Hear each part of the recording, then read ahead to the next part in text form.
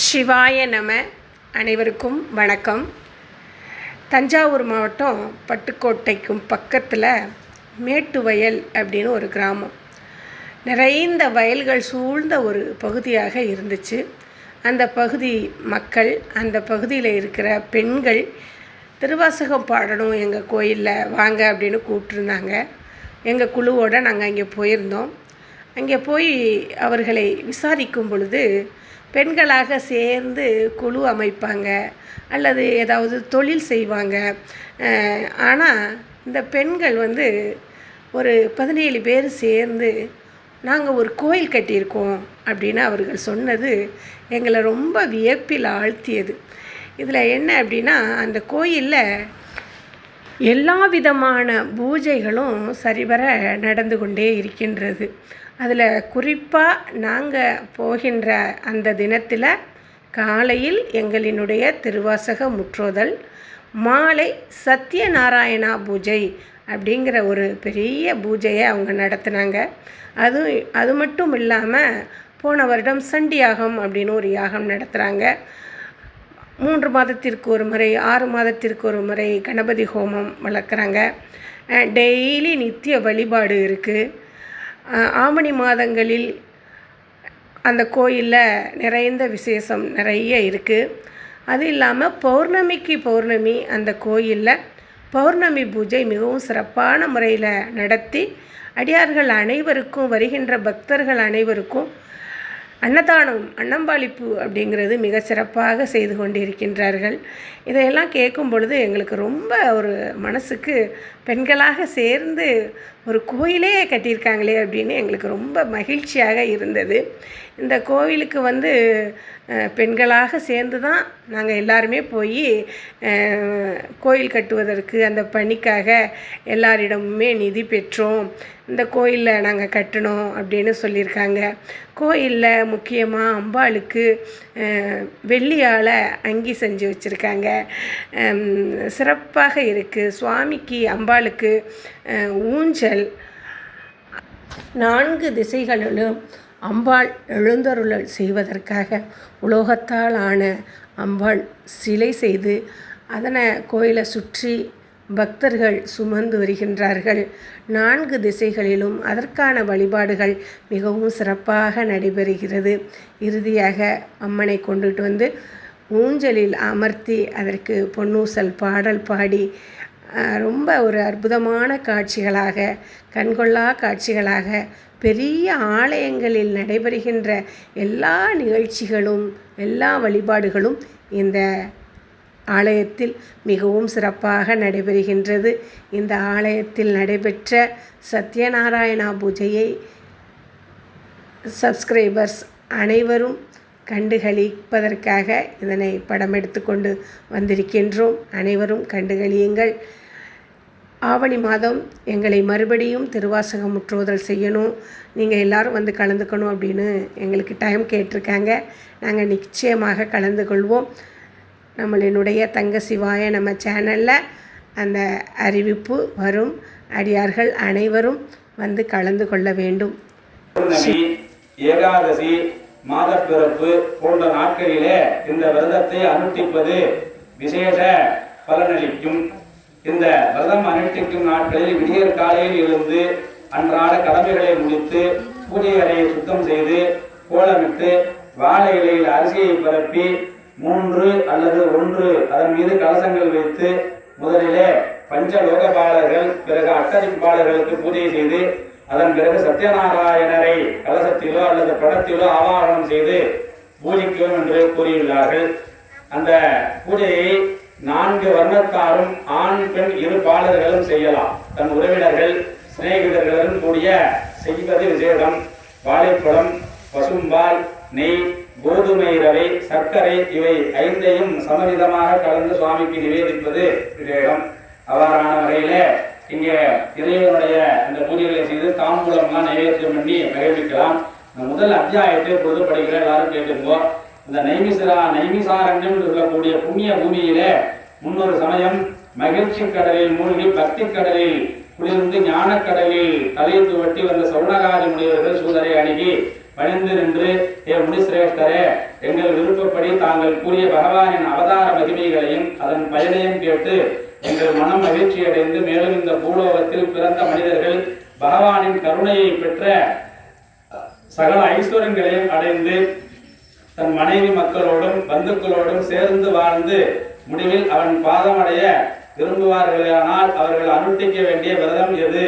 நம் புராணங்கள் போன்றவற்றில் அத்தகைய விரதம் ஏதாவது சொல்லப்பட்டு இருக்கிறதா?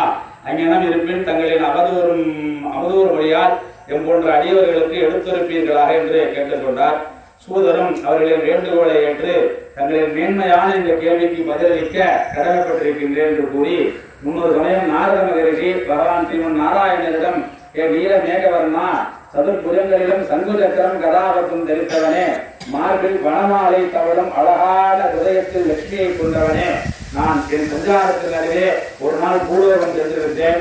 அங்கு மக்கள் தாங்கள் செய்த கர்மங்களினால் பலவிதமான பிறவிகளை எடுத்து எல்லையற்ற துன்பங்களை அனுபவித்துக் கொண்டதும் என் மனவேதனை அடைந்து மக்கள் படும் அந்த துன்பங்களிலிருந்து அவர்கள் விடுவித்து அவர்களை இன்புற வைக்க என் மனம் எண்ணுகிறது என்ற உபாயத்தினால் அவர்களின் பிறவி துன்பங்களிலே போக்கி அவர்கள் இன்பமாக வாழ வைப்பது என்பதை தெரியாமல் தங்களை நாடி வந்துள்ளேன்.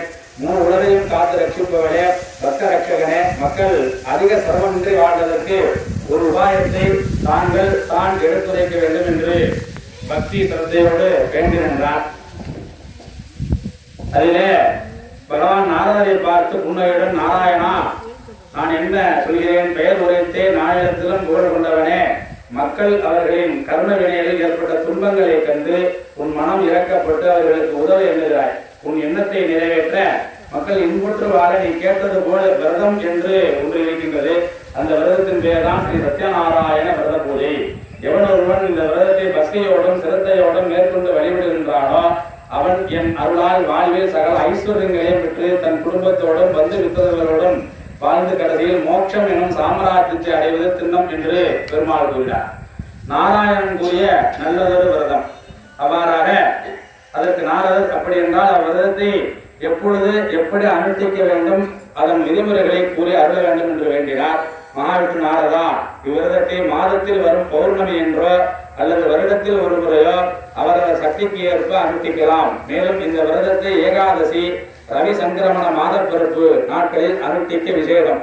விரதம் அனுஷ்டிப்பவர் விரதத்தை அனுஷ்டிக்கும் நாள் என்று விடியற் காலையில் இருந்து அன்றாடம் நாம் செய்யும் கர்மாக்களை முடித்துவிட்டு பகவானை நோக்கி நமஸ்கரித்து, சத்யநாராயண கடவுளே, உங்கள் அனுகிரகத்தை வேண்டி இந்த விரதத்தை அனுஷ்டிக்கிறேன், எனக்கு அனைத்தையும் வெற்றியளிப்பாக என்று மனதில் சங்கல்பத்திற்கு பிறகு அன்று மாலை பூஜை அறையை சுத்தம் செய்து கோலமிட்டு அந்த கோலத்தை மஞ்சள் குங்குமத்தால் அலங்கரித்து அதன் மீது 3 வாழை இலைகளை வைத்து அதில் அரிசியை பரப்பி வெள்ளி, பித்தளை அல்லது செம்பு போன்ற அவரது சக்திக்கு ஏற்ப 3 கலசங்களை வைத்து அதை புதிய வஸ்திரத்தினால் அலங்கரிக்கவும். பிறகு சத்யநாராயண பிரதிமையோ படத்தையோ கலசத்திற்கு முன் வைக்கவும். கலசத்திலே வருணை ஆவாகனம் செய்து பிறகு மஞ்சள் பிள்ளையார் பூஜித்து பிறகு பஞ்சலோக பாலகரை பூஜித்து முதல் கலசத்திலும் இந்த பூஜையை அந்தந்த கடவுளுக்கேற்ப அதிதேவதை பிரத்ய தேவதையை செய்த 3வது கலசத்தில் பூஜித்த பிறகு நடச கலசத்தில் ஸ்ரீ சத்யநாராயணனை பூஜிக்கவும். இந்த பூஜையை அனைத்து வர்ணத்தாரும் அனுஷ்டிக்கலாம். இந்த விரதத்தை மாலையில் அனுசரிப்பது நல்லது. இந்த விரதத்தை நிவேதனங்களுடன் பசுனை, பசும்பால், கோதுமை ரவை, சர்க்கரை, வாழைப்பழம் அனைத்தையும் சகிதம் சேர்ப்பது நிவேதிப்பது மிகவும் சிரேஷ்டம். பூஜையை தொடர்ந்து கதாசிரவணம் அல்லது தாமாகவே கதையை படிக்கலாம். பிறகு பூஜை செய்வித்த பிராமணருக்கு தட்சிண விகிதம் தாம்பூலம் எடுத்து அவருடன் பூஜைக்கு வந்த அனைவரும் கூடி அவர்களும் உண்டாசி சத்யநாராயண மகிழ்ச்சி அடைந்து அவர்கள் விரும்பியதை அழைத்து வாழ்க்கையிலே எல்லா விதமான சௌக்கியங்களையும் அளிப்பார். தாம் விரும்பியதை எளிதாக பெறுவதற்கு இந்த விரதமே சிறந்த வழியாகும். அது மட்டுமின்றி இந்த விரதத்தை அனுட்டுவதன் மூலம் துன்பம் தீர்ந்து இன்பம் பெருகும். கணவன் மனைவியிடையே ஒற்றுமையை மேலாங்கும். புத்திர பாக்கியம் இல்லாதவர்களுக்கு அந்த பாக்கியம் கிட்டும். பெண்கள் தீர்க்க சௌபாகியங்களுடன் இருப்பார்கள்.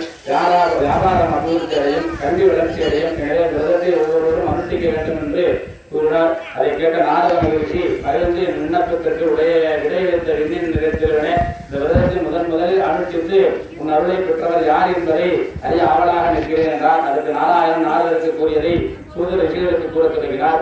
இப்பூஜைக்கு வந்தவர்களுக்கு உணவளிக்க வேண்டும் என்று சொல்லப்பட்டதற்கான காரணம் பகவான் அவர்களில் ஒருவராக இருந்தபடி நம் உணவினை ஏற்றுக்கொள்வார் என்று இங்கே பூஜைக்கேற்ற பலனை அளிப்பார் என்பது ஐதீகம். இவ்வாறாக முதல் அத்தியாயம் கூறுகிறது. ஓம்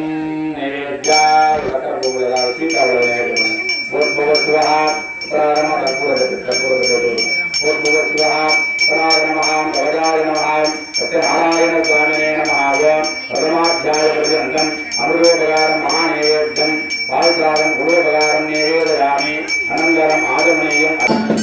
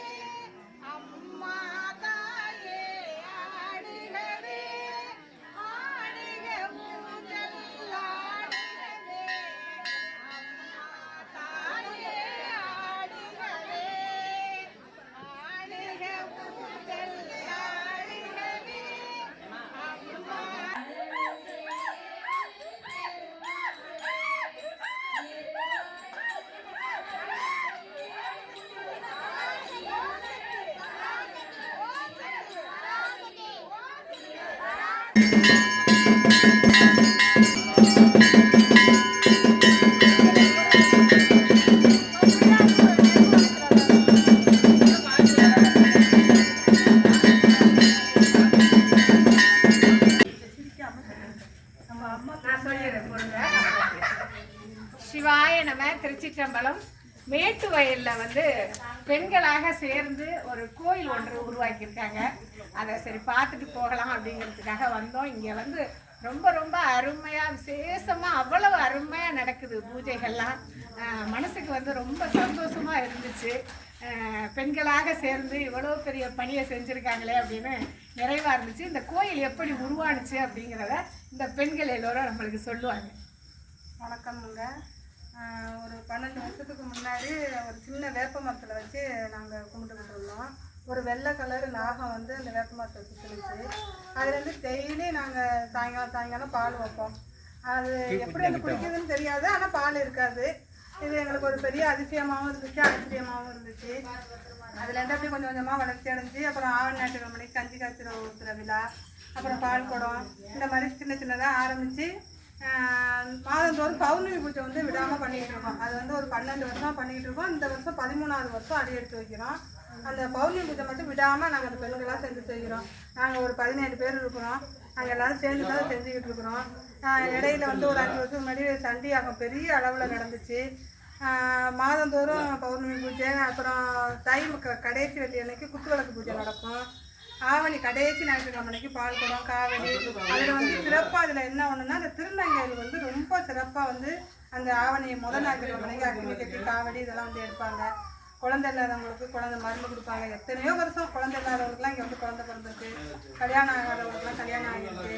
ரொம்ப விசேஷமான அம்பாள். ஒரு வாட்டி எல்லாரும் இதை பார்த்தவங்க வந்து அம்பாளை தரிசனம் பண்ணிட்டு போங்க. நன்றி. எல்லாரையும் கவர் பண்ணிக்க.